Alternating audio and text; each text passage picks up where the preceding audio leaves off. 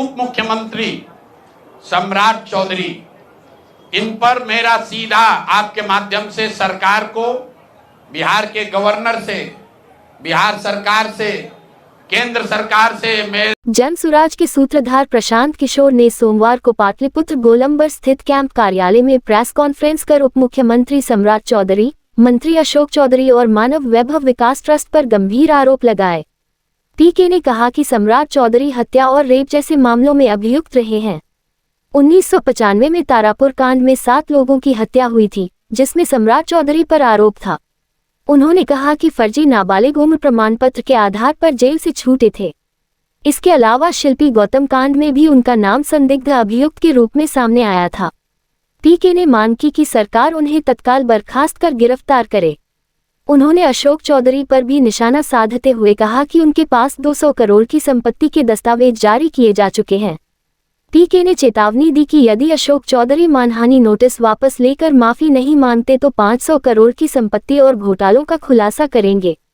मानव वैभव विकास trust पर हमला बोलते हुए पीके ने सवाल उठाया कि शांभवी चौधरी की सगाई के बाद ट्रस्ट ने 100 करोड़ की संपत्ति कैसे खरीदी। उन्होंने जयालाल आर्य, अनिता कुणाल और मुख्य सचिव प्रत्यय अमृत की सास से ट्रस्ट की वित्तीय जानकारी सार्वजनिक करने की मांग की। फंडिंग को लेकर उठे सवालों पर पीके ने सफाई दी। उन्होंने कहा कि पिछले 3 साल में सलाहकार के रूप में 241 करोड़ रुपए कमाए, जिस पर जीएसटी और इनकम टैक्स चुकाया गया है। इसमें से 98.75 करोड़ रुपए जन सुराज को दान किए हैं। प्रेस कॉन्फ्रेंस में जन सुराज के राष्ट्रीय अध्यक्ष उदय सिंह, प्रदेश अध्यक्ष मनोज भारती सहित कई वरिष्ठ नेता मौजूद रहे। बिहार के उप मुख्यमंत्री सम्राट चौधरी, इन पर मेरा सीधा आपके माध्यम से सरकार को, बिहार के गवर्नर से, बिहार सरकार से, केंद्र सरकार से मेरा अनुरोध है कि इनको हत्या के आरोप में, ये हत्या के अभियुक्त हैं, इनको तुरंत पद से बर्खास्त करके गिरफ्तार किया जाए। क्यों किया जाए ये समझिए।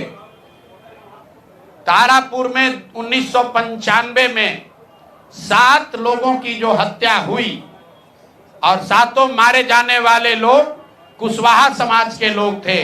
ये बिहार में जाति की राजनीति करने वालों के लिए सबक होना चाहिए। सम्राट चौधरी कहते हैं मैं कुशवाहा हूं। 7 लोगों की जिनकी हत्या के ये अभियुक्त हैं, आरोप नहीं है, मैं शब्द बहुत सही समझ के बोल रहा हूं। 7 लोगों की हत्या के अभियुक्त राकेश कुमार उर्फ सम्राट कुमार मौर्य उर्फ Samrat Chaudhary, Tarapur case number 44/1995, note कर लीजिए।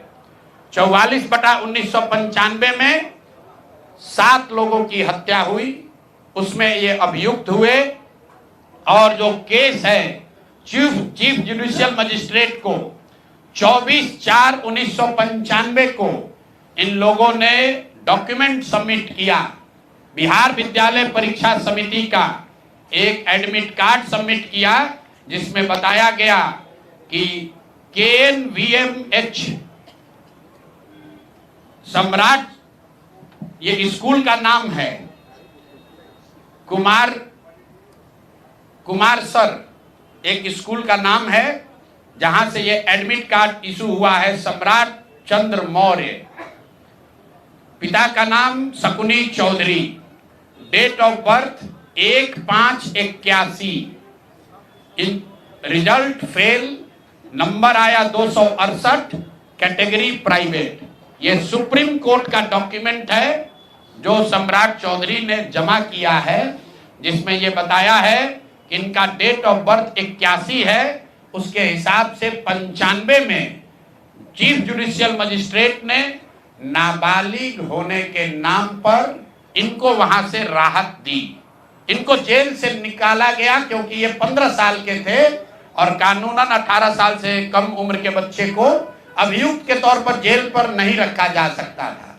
अब ये बात तो पब्लिक की जानकारी में है। अब मैं क्यों कह रहा हूं कि इनको आज अरेस्ट करना चाहिए, क्योंकि 2020 का जो सम्राट चौधरी ने अपना इलेक्शन एफिडेविट दिया है, इसमें अपना उम्र इन्होंने बताया है 51 साल। ये सम्राट चौधरी का इलेक्शन एफिडेविट है।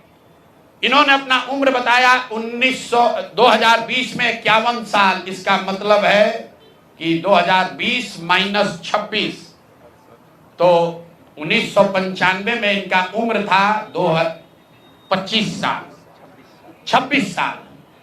तो 26 साल के उम्र के आदमी को कोर्ट ने गलती से गलत सर्टिफिकेट के आधार पर नाबालिग होने के नाम पर अभियुक्त होने के बावजूद, ध्यान दीजिए, अभियुक्त होने के बावजूद इनको जेल से बरी कर दिया गया था कि ये 15 साल के हैं, जबकि इनका अपना डॉक्यूमेंट बता रहा है कि उस समय 26 साल के थे। तो 26 साल के उम्र के आदमी पर अगर 6 लोगों की हत्या का आरोप है, तो जब तक कोर्ट से वो फ्री नहीं होते हैं तब तक उनको जेल में होना चाहिए। और ये आदमी यहाँ का उप मुख्यमंत्री बनकर बैठा हुआ है। तो मैं यहाँ के मुख्यमंत्री से और बिहार के माननीय राज्यपाल से ये अनुरोध कर रहा हूं कि हत्या का आरोपी, हत्या का अभियुक्त सम्राट चौधरी, राकेश कुमार उर्फ सम्राट चौधरी उर्फ सम्राट कुमार मौर्य आज संवैधानिक पद पर बैठे हुए हैं।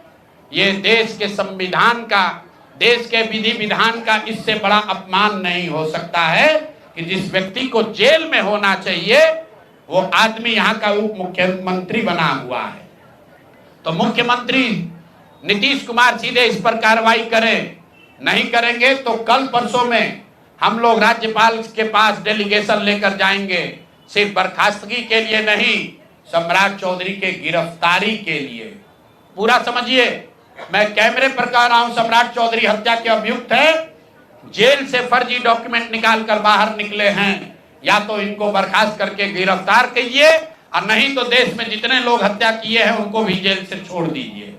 ये हालात है, ये डॉक्यूमेंट है आपके सामने। ये सम्राट चौधरी का इलेक्शन एफिडेविट है जिसमें 2020 में उन्होंने अपने आप को 51 साल का बताया है। उसके मुताबिक 1995 में वो 26 साल के थे और कोर्ट में इस आधार पर इनको बरी किया गया है कि ये 15 साल के बालक हैं। तो ये बता दें कि ये हत्या के आरोपी हैं। इन्होंने जो सर्टिफिकेट दिया है वो ठीक है कि नहीं है। बाकी ये भाई साहब जो घोटाला किए हैं अपने डिग्री उग्री में, तो बहुत छोटी बात है। आज की प्रेस कॉन्फ्रेंस सीधी हम लोग मांग कर रहे हैं, सम्राट चौधरी को हत्या के अभियुक्त हैं, 6 हत्या के अभियुक्त हैं, उनको गिरफ्तार कीजिए और नहीं तो बिहार में जितने लोग पर अभियुक्त जिनको बनाया गया उनको सबको छोड़िए। इस देश में अलग अलग कानून नहीं हो सकता है। और ये गृह मंत्री के साथ घूम रहे हैं। मोदी जी को हम लोग कल पत्र लिखेंगे कि आपके पार्टी का नेता, जितने लोग भाजपा के समर्थक हैं, भाजपा के जितने लोग नेता हैं, कार्यकर्ता हैं, वोटर हैं, आपके जरिए से सबको बता रहा हूं, मेरे भाई एक बार अपने दिल पर हाथ रखकर सोचो, जिस व्यक्ति पर 6 लोगों की हत्या का आरोप है, जो व्यक्ति 6 लोगों की हत्या का अभियुक्त है, उसको तुम अपना नेता बनाकर बिहार का उप मुख्यमंत्री बनाए हो और तुम अपराध की बात करते हो, तुम जंगल राज की बात करते हो। तो सम्राट चौधरी को अभी के अभी पद से इस्तीफा देकर पुलिस को अरेस्ट करना चाहिए और अगर पुलिस अरेस्ट नहीं करती है तो हम लोग कोर्ट में मूव करेंगे, कोर्ट के संज्ञान में इस बात को लाएंगे कि साहब ये बताइए कि कैसे आपने इनको बेल दिया है, कैसे इनको आप समाज में बाहर रहने की अनुमति दे रहे हैं।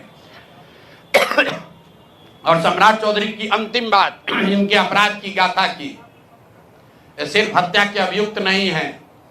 बिहार में पुरानी पत्रकारिता करने वाले लोग, आपने शिल्पी गौतम के रेप और हत्याकांड की कहानी सुनी होगी। आपने सुना होगा कि लालू जी के जंगल राज का जब चरम सीमा था, जितनी यहाँ माताएं बहनें हैं, जो पढ़े लिखे लोग, समझदार लोग हैं, स्वच्छ छवि वाले बिहार में रहने वाले लोग हैं, याद कर लीजिए शिल्पी गौतम रेप और मर्डर केस, जिसमें एक डॉक्टर के लड़के को और शिल्पी गौतम के साथ ऐसा आरोप लगा था कि उनके साथ सामूहिक बलात्कार और उसके बाद उनकी हत्या कर दी गई थी। साधु यादव पर उसका आरोप लगा था, बड़ी हंगामा हुआ, सीबीआई में केस गया।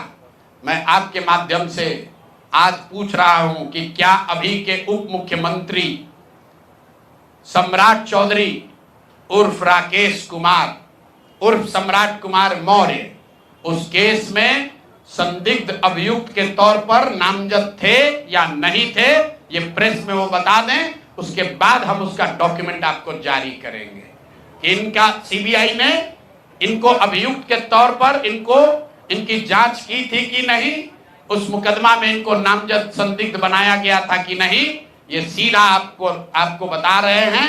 ये आए और ये पूरा केस तब के भाजपा के नेता सुशील कुमार मोदी जी ने उठाया था और तब सम्राट चौधरी। दूसरी बात, अशोक चौधरी के नाम पर जो संपत्ति की बात कही गई है, हम लोग उस बात पर कायम हैं।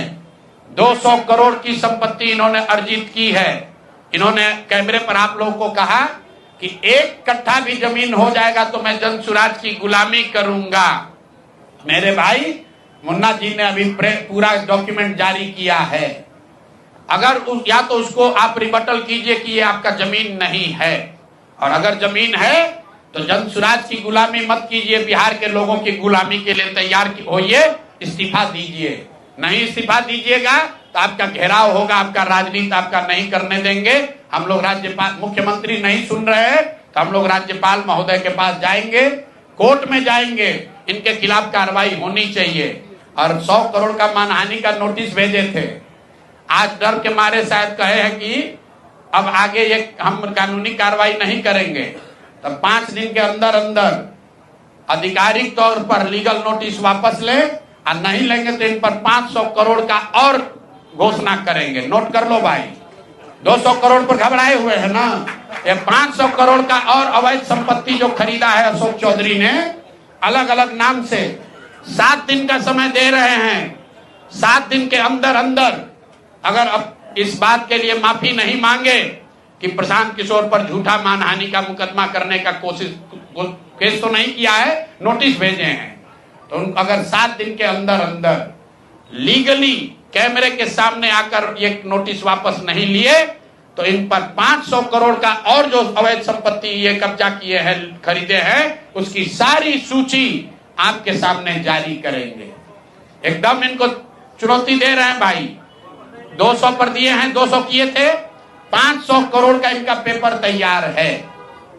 पिछले 8 महीनों में इन्होंने 20,000 करोड़ से ज्यादा का कॉन्ट्रैक्ट दिया है। 20,000 से ज्यादा का कॉन्ट्रैक्ट भाई साहब ने दिया है, और हर कॉन्ट्रैक्ट में 5% पैसा कमीशन के तौर पर लिया गया है। अभी इतना ही बोल रहे हैं। अगले प्रेस कॉन्फ्रेंस तक अगर इन्होंने अपनी गलती नहीं मानी तो जिन लोगों के जरिए ये 5% पैसा वसूला गया है, वो लोग को प्रेस के सामने बैठाकर आपसे परिचय कराएंगे कि कौन लोगों ने ये 5% की रेट से पैसा वसूला है। और दूसरी बात, ये जो पैसा रिलीज हो रहा है 0.5% हर रिलीज में पैसा काटा जा रहा है। अभी जो 2 घटना आपने सुनी होगी नोट जलाने की, 2 इंजीनियर्स के घर पे जो नोट के गड्डी पकड़े गए हैं, वो वही पैसा है जो पैसा ये लोग कॉन्ट्रैक्टर को दिए। कॉन्ट्रैक्ट देने के लिए 5% लिया, उसके बाद जब पैसा रिलीज होता है तो 0.5% इनका उसमें शेयर बनता है। वही पैसा ये इंजीनियर कलेक्ट करके वापस ला रहे थे पटना जमा कराने, जो एक आदमी उसमें पकड़ा गया, एक आदमी जेल में भी है, और रात भर नोट का गड्डी जलाया गया है।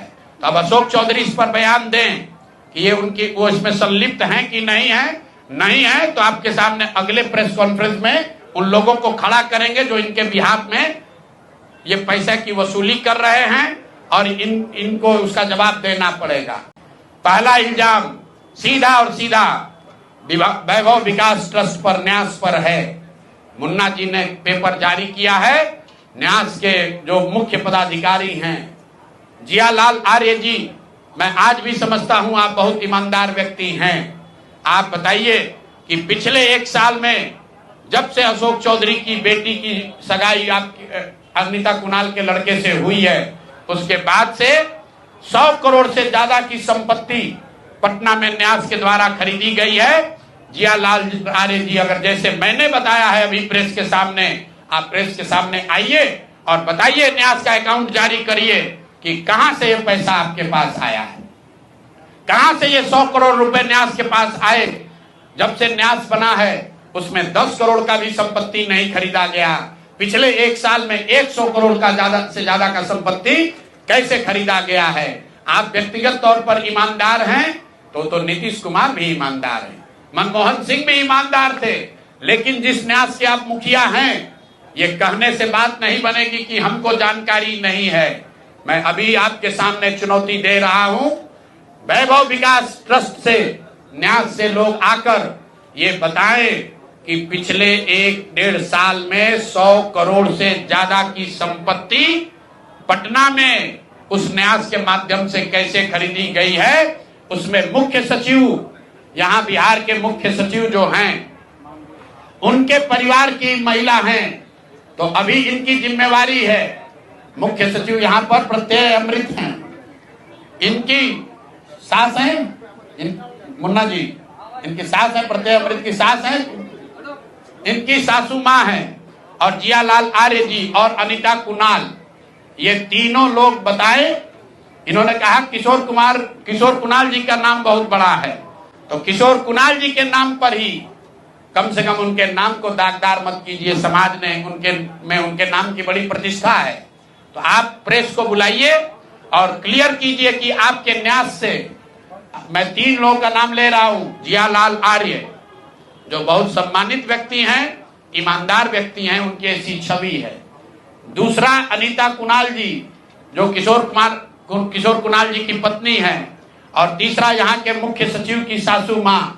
ये तीनों लोग बताएं कि न्यास में 100 करोड़ से ज्यादा की संपत्ति खरीदने का पैसा कहां से आया है। बीजेपी के कुछ छुट भैया लोगों ने प्रेस वार्ता की कि प्रशांत किशोर के पास पैसा कहां से आता है। प्रशांत किशोर ने पटना में जमीन खरीदी है, इनके पास सेल कंपनी है, और आप लोग भी ये सवाल कभी कभी पूछते रहे हैं कि जनसुराज के पास पैसा कहां से आता है। तो मैं आज किसी दूसरे पर बात करूं उससे पहले जरूरी हो गया है कि आप ये जानिए कि प्रशांत किशोर के पास पैसा कहां से आता है, उस पैसे को देने वाले लोग कौन है, उसका स्रोत क्या है, और उसको खर्च कैसे किया जाता है। क्योंकि सावन के अंधे को सब हरियाली ही दिखती है, बिहार के चोर नेताओं को सब चोर ही दिखता है। तो मैं आज कोई भी खुलासा करने से पहले अपने लिए, अपने जनसुराज में जुड़े हुए साथियों के लिए और बिहार की जनता के लिए ये बात बताना चाहता हूं कि अभी आपको आंकड़े जारी कर रहा हूं, उसको नोट कीजिए, ताकि बिहार की एक एक जनता जाने कि जनसुराज का पैसा कहां से आया है, किस माध्यम से आया है, और वो कहां खर्च हो रहा है। मैं ऐसा इसलिए कह रहा हूं कि कोई कल उंगली न उठाए कि प्रशांत किशोर भी दूसरे पर इल्जाम लगा रहे हैं, दूसरे लोग भी प्रशांत किशोर पर इल्जाम लगा रहे हैं। तो हमारी ये नैतिक जिम्मेवारी है कि मैं आपको स्पष्टता से वो फिगर बताऊं। अभी तक मैं आप में से कई लोगों को याद है, मैं ये कहता हूं कि पैसा सरस्वती से आता है, उन लोगों के माध्यम से आता है जिनको हमने मदद की, वो लोग पैसा देते हैं। क्योंकि बिहार में नई व्यवस्था बनाने के लिए किसी बालू माफिया, शराब माफिया, भ्रष्ट लोगों की मदद न लेनी पड़े, गरीब से गरीब व्यक्ति को भी अगर बिहार सुधारने के लिए जज्बा है, ताकत है, उसको चुनाव लड़ाया जा सके, इसके लिए जनसुराज के पास साधन होना चाहिए। उसके लिए हम लोगों ने लोगों से पैसा मांगना शुरू किया है, लेकिन हमने ये तय किया जब ये अभियान शुरू किया कि बिहार के लोग पैसा दें या न दें, मैं अपने जीवन का जो कुछ भी है सब कुछ लगाऊंगा बिहार की इस व्यवस्था को सुधारने के लिए। और ये सिर्फ शब्द नहीं है जो मैं कर रहा हूं, ये आप देख रहे हैं। मैंने सिर्फ इसलिए नहीं आंकड़े अभी तक जारी किए थे कि सनातन धर्म में, हम लोग के धर्म में कहा जाता है कि दान करने वाले पैसे की चर्चा नहीं करनी चाहिए।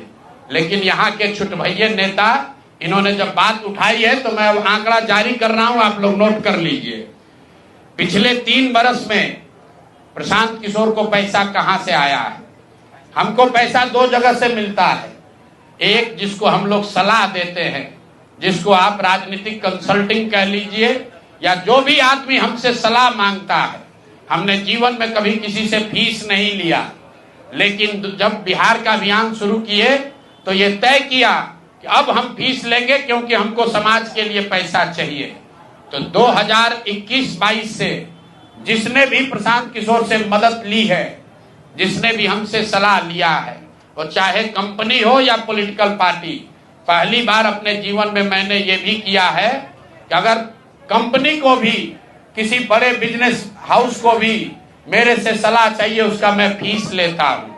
और टोटल जो फीस लिया गया पिछले 3 बरस में मेरे व्यक्तिगत अकाउंट में या मेरे से जुड़े हुए संस्थाओं में 241 करोड़। बिहार के लोग सुन लो, कर तुम चोरी करते हो, प्रशांत किशोर ने 241 करोड़ रुपया फीस के तौर पर मैंने पिछले 3 साल में जमा किया है। इस पर 30 करोड़ 95 लाख 68,764 रुपया जीएसटी पे किया गया है। ध्यान रखिए कि जो पैसा हम लोग सलाह देते हैं उस पर जो फीस मिलती है उस पर 18% भारत सरकार को जीएसटी देते हैं। तो 241 करोड़ रुपया हमने फीस के तौर पर लिया 3 बरस में, और उस पर 30 करोड़ 95 लाख रुपया हमने जीएसटी भरा। उसके बाद 20 करोड़ रुपया इनकम टैक्स दिया है, 20 करोड़ रुपया टैक्स दिया है, इनकम टैक्स, और 98 करोड़ 75 लाख रुपया डोनेट किया है जन सुराज पार्टी को अपने व्यक्तिगत अकाउंट से। हमको कहता है पैसा कहां से लाते हैं, हम लोग चोर नहीं हैं। 98 करोड़ रुपया अपना व्यक्तिगत पैसा मैंने जो बच गया खर्च के बाद ये तय किया है कि जीवन में जो भी पैसा कमाएंगे इस 10 साल में ये सब बिहार की व्यवस्था को सुधारने के लिए लगाएंगे। तो 241 करोड़ रुपया में, फिर से नोट कर लो भाई, आगे सवाल जो पूछ रहे हैं, 30 करोड़ 95 लाख 68,764 रुपया जीएसटी दिया, 98 करोड़ रुपया पार्टी को डोनेट किया, बाकी पैसा खर्च के बाद जो बचा उस पर 20 करोड़ रुपया इनकम टैक्स भरा है। ये प्रशांत किशोर की इंटीग्रिटी है। पैसा किसने दिया? जिसको हमने सलाह दिया है। जिसको सलाह दिया तो स्रोत भी बता रहे हैं पैसा क्यों मिला। जिसको सलाह देते हैं उससे पैसा लेते हैं। गांव गांव में कहा है सैकड़ों करोड़ रुपया लेते हैं, लेकिन चोरी नहीं करते हैं, सरस्वती का खाते हैं। सलाह देते हैं, जो पैसा मिला चेक से मिला उस पर 18% जीएसटी भरा, जो पैसा जन सुराज की व्यवस्था को चलाने में खर्च हुआ उस खर्च के बाद जो बच गया वो भी 98 करोड़ रुपया पार्टी को डोनेट कर दिया चेक से, 98 करोड़ 75 लाख रुपया इनकम टैक्स भरा, 30 करोड़ रुपया। और आगे से ये जितने आप लोग पत्रकार हैं, मेरा आपसे आग्रह है, हमको नेता मत कहिए।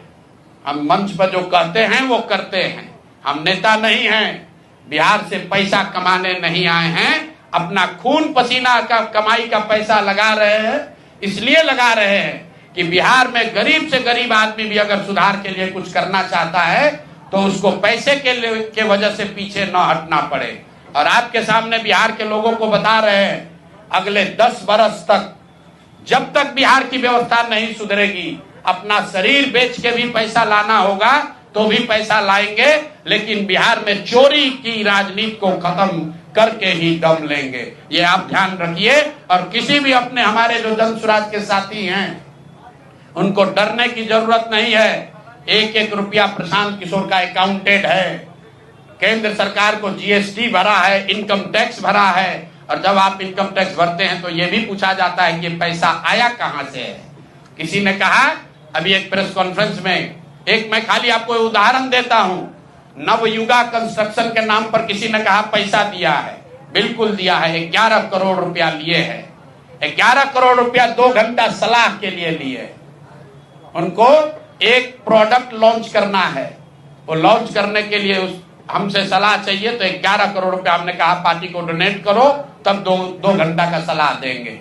ये बिहार के लड़के की ताकत है, ये सरस्वती की ताकत है। हम लोग चोरी नहीं करते, नवयुगा से घूस नहीं लेते हैं, अपना जहां मेहनत करते हैं उसका फीस लेते हैं और जो भी पैसा मिलता है अपना खर्च काट के जो बच जाता है वो पार्टी में डोनेट करते हैं। और हमने अपने साथियों से भी कहा है कि बिहार में जाकर लोगों से पैसा मांगने से पहले आप अपना जितना डोनेट कर सकते हैं वो कीजिए। और मैं लोगों को कहूं उससे पहले हमने अपने आप पर यह जिम्मेवारी ली है कि जो भी 10 साल में पैसा कमाएंगे ये सारा पैसा बिहार को बनाने सुधारने के लिए डोनेट करेंगे। और ये 98 करोड़ रुपया इस साल में डोनेट किया है मैंने।